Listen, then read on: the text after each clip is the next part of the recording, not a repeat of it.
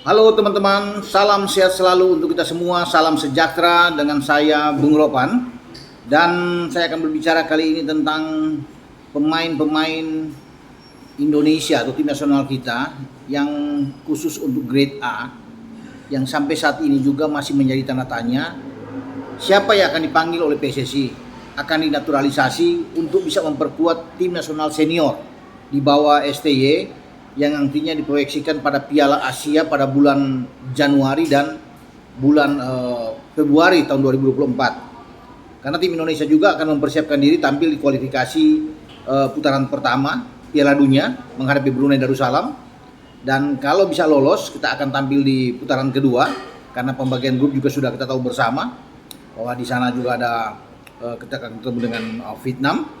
Tapi yang paling penting kalau kita bisa melaju terus sampai tahun depan, ini pemain-pemain grade A yang harus ada paling tidak 3-4 pemain lah untuk bisa ditampilkan, sehingga peluang kita untuk bersaing di Piala Dunia itu sangat terbuka, atau di Piala Asia yang akan berlangsung di Qatar.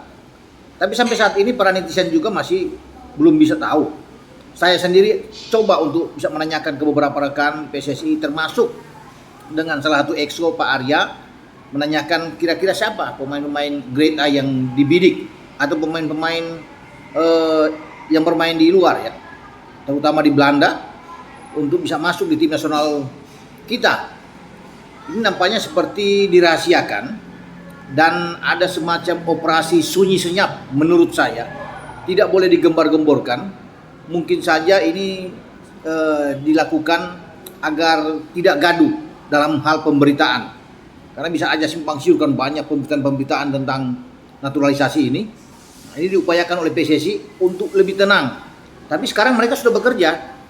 Arya sudah memberikan kode, bahkan ada pasti tim yang sudah bekerja untuk melihat pemain-pemain siapa yang akan dipanggil masuk di tim nasional, di tim senior. Ya, ini. Tetapi nama-namanya ini belum bisa dipastikan. Ya, siapa mereka? Kalau bicara grade A, saya pikir salah satu sebenarnya yang bisa masuk adalah Tijani Reinders yang saat ini datang dari AS Alkmaar menuju ke AC Milan, sudah resmi sebagai seorang gelandang. Tapi Tijani sudah masuk di tim nasional Belanda saat ini. Sulit bagi Tijani untuk bisa bergabung dengan tim nasional Indonesia. Apalagi dia sudah pernah menolak untuk bergabung dengan tim nasional Indonesia.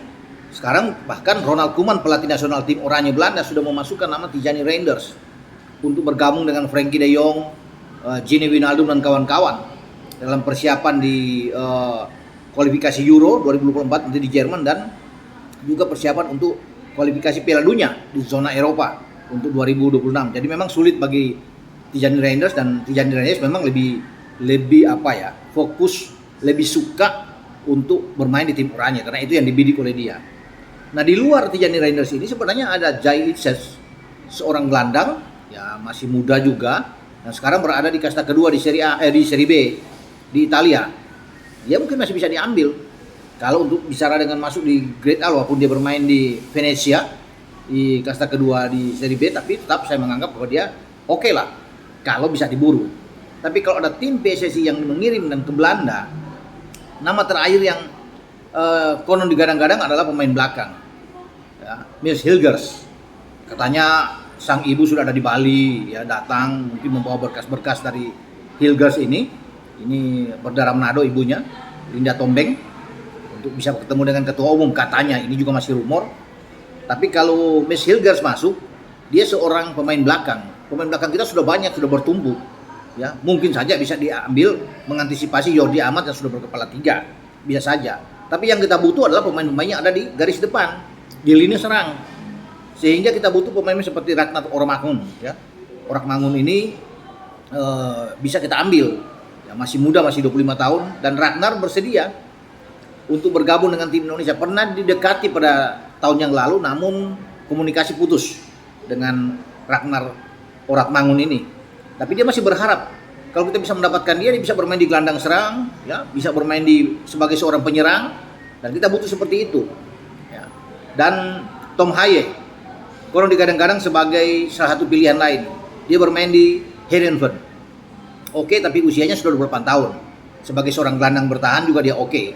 Bisa dipadukan dengan Mark Klok, memang sangat baik. Tapi kan sekali lagi, kita butuh pemain-pemain yang punya naluri mencetak gol di depan.